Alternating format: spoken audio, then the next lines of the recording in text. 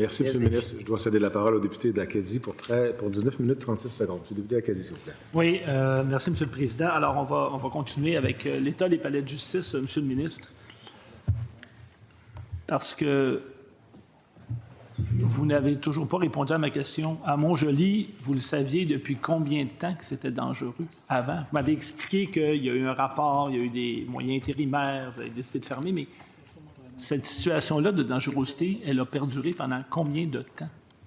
Bien, l'inspecteur indique que les mesures correctrices doivent être effectuées à partir de tel moment. Avec respect, M.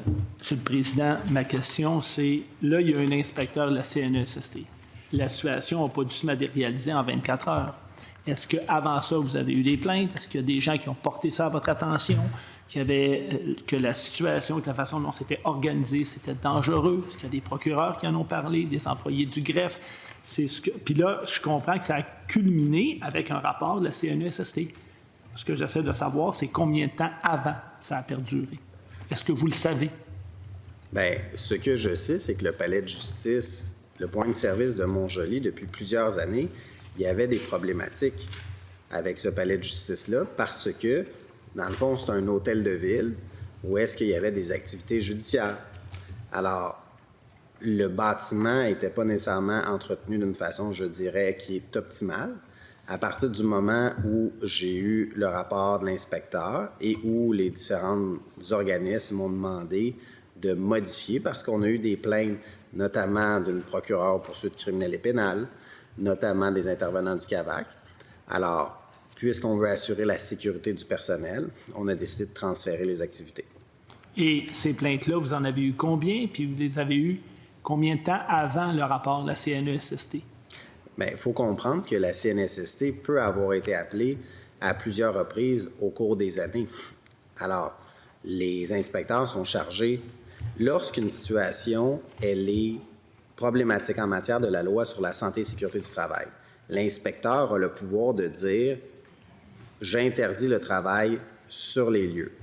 Donc, on est dans une situation où on est locataire, on demande des correctifs à la Ville de Montjoly, mais on se retrouve dans une situation où, exemple, pour assurer la sécurité, supposons, du public ou du personnel, bien, la CSST peut exiger certaines mesures, notamment qui soient accompagnées d'un constable durant les événements.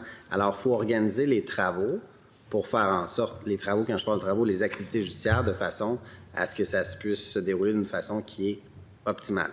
Et pour vous, c'était pas assez dangereux pour le fermer avant, compte tenu des rapports que vous aviez eus avant l'inspection de la CNESST? Non, c'est pas ça que je dis.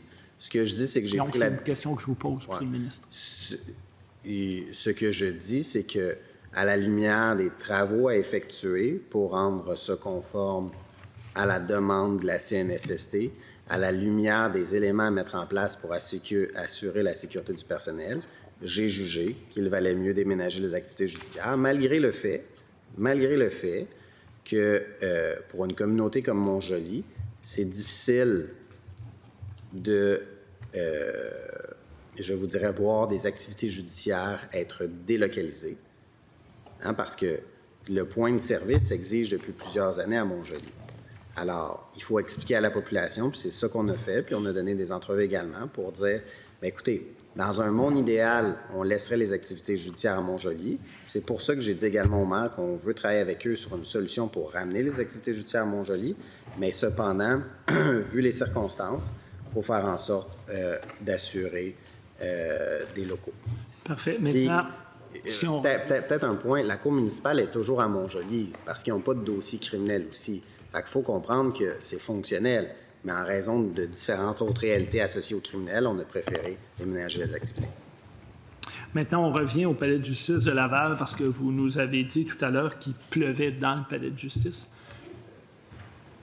Vous avez parlé qu'il pleuvait. Je n'ai pas dit qu'il pleuvait, j'ai dit que l'eau rentrait. L'eau rentrait. OK. Donc, il ne pleut pas nécessairement, mais l'eau rentre. Donc, ça rentre par les fondations ou par le toit? C'est le procureur. On a eu des cas où l'eau rentre par les fondations. Et pas par le toit? Bien, écoutez, je vais demander l'expertise associée à ça, mais c'est possible que ça rentre par le toit, on pourra me renseigner. D'accord. Est-ce que vous avez eu des rapports qui démontrent que c'est dangereux pour la sécurité des employés qui travaillent dans le palais de justice? Est-ce qu'il y a eu des infiltrations d'eau? Est-ce qu'il y a des moisissures? Est-ce qu'il y a des tests qui ont été faits pour les employés? Pas de rapport à cet effet-là. Pas de rapport ou pas d'info que c'est dangereux? On n'a pas d'info que c'est dangereux. Parfait. Merci. L'eau entre par les fenêtres. Pardon? Par les fenêtres. Par les fenêtres. Les fenêtres. OK. Donc, il y a des gens qui ont de l'eau dans leur... Est-ce qu'il y a des fenêtres qui sont dans des bureaux?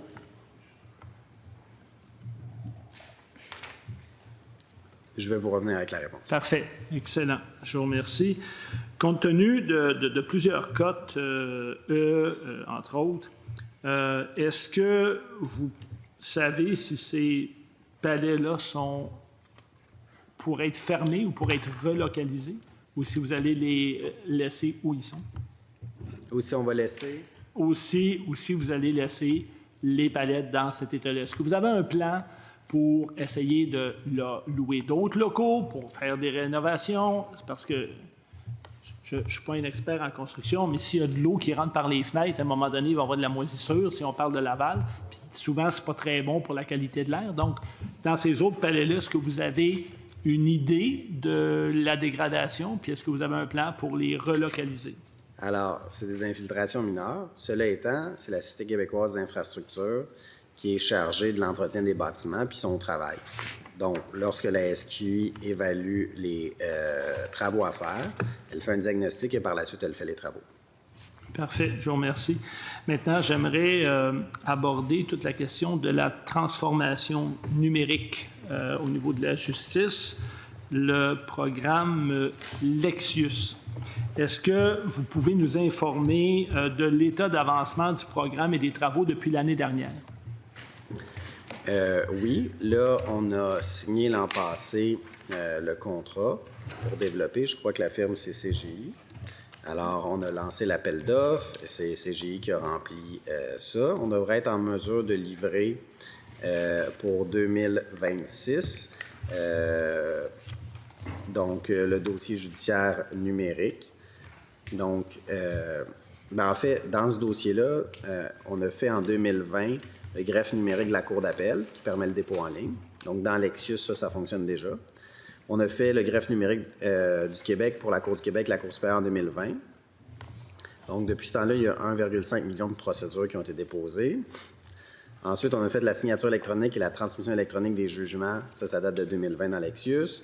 Les audiences virtuelles et semi-virtuelles en 2020, 320 000 audiences depuis. Il faut se rappeler, là, avant la pandémie, puis avant qu'on développe ça, c'était quasiment une hérésie, là, faire des audiences virtuelles. La séance sur la parentalité après rupture est désormais à distance. Premier dossier judiciaire entièrement numérique en matière non contentieuse. Donc, ça, c'est le volet de dossier 1. 20 000 dossiers judiciaires qui ont été faits avec Lexius. D'ici 12 mois, il y a la livraison du dossier judiciaire numérique pour les actions collectives qui devrait être livré pour l'été 2025. La gestion des assignations et des salles de cours pour la Cour du Québec est en cours de déploiement. Ça, c'est le dossier 4. Dans le fond, les assignations des juges doivent tout être sur la plateforme Lexius dans la partie réservée à la magistrature.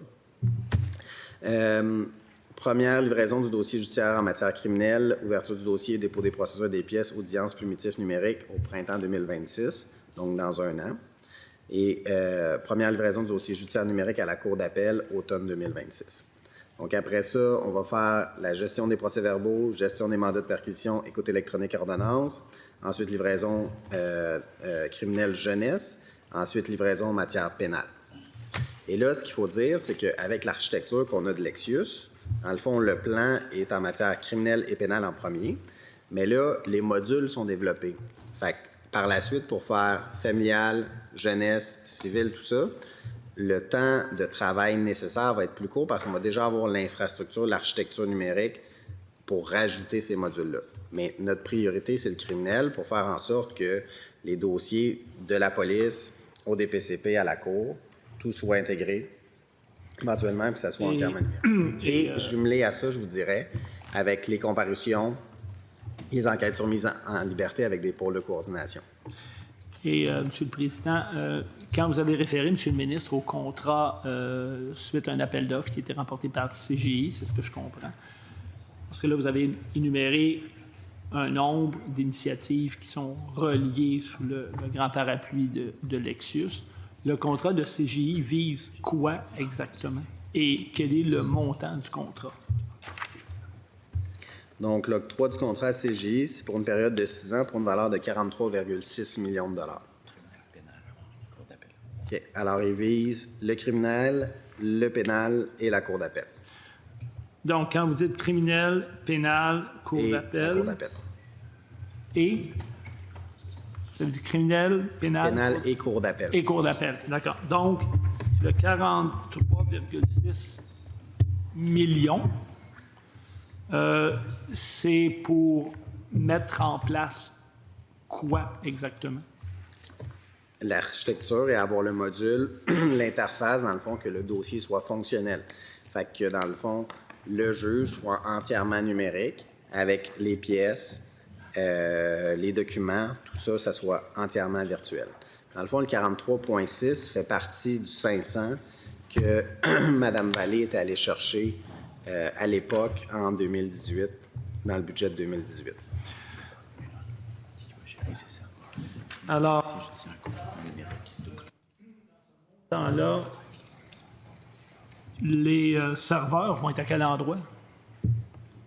En réponse à votre question précédente, là, Oui. c'est entièrement numérique. Là. Dépôt des accusations, dossier du juge, accès par les parties. Dépôt des pièces, la preuve, tout. Oui. Les serveurs vont être à quel endroit? Au Canada. C'est une exigence qui s'héberge au Canada. OK. Ils sont hébergés au Canada. Et qui les gère?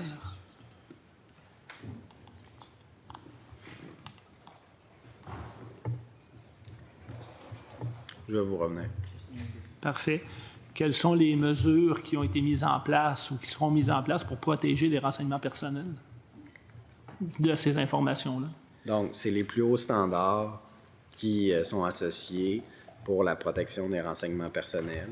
Donc, ils sont prévus quand le gouvernement développe les outils technologiques. Là. Bien. Est-ce que Donc, votre... les serveurs, Pardon, c'est oui. hybride entre l'info nuagique puis notre CTI. Et c'est le MJQ qui les gère. Donc, c'est votre ministère qui les gère. Oui. Puis, pour exemple, l'accès à la sécurité pour la magistrature, on a un protocole d'entente avec la magistrature pour la gestion de la sécurité. D'accord. Est-ce que votre collègue ministre de la cybersécurité et du numérique a été consulté? Bien, sur l'ensemble des dossiers informatiques, le ministère de la cybersécurité est impliqué en un droit de regard. Alors, quelle a été l'implication et quel est leur droit de regard? Bien, en fait, dans la loi sur le ministère de la cybersécurité, ils voient l'évolution des dossiers, ils ont le droit de faire des audits, d'ordonner des choses.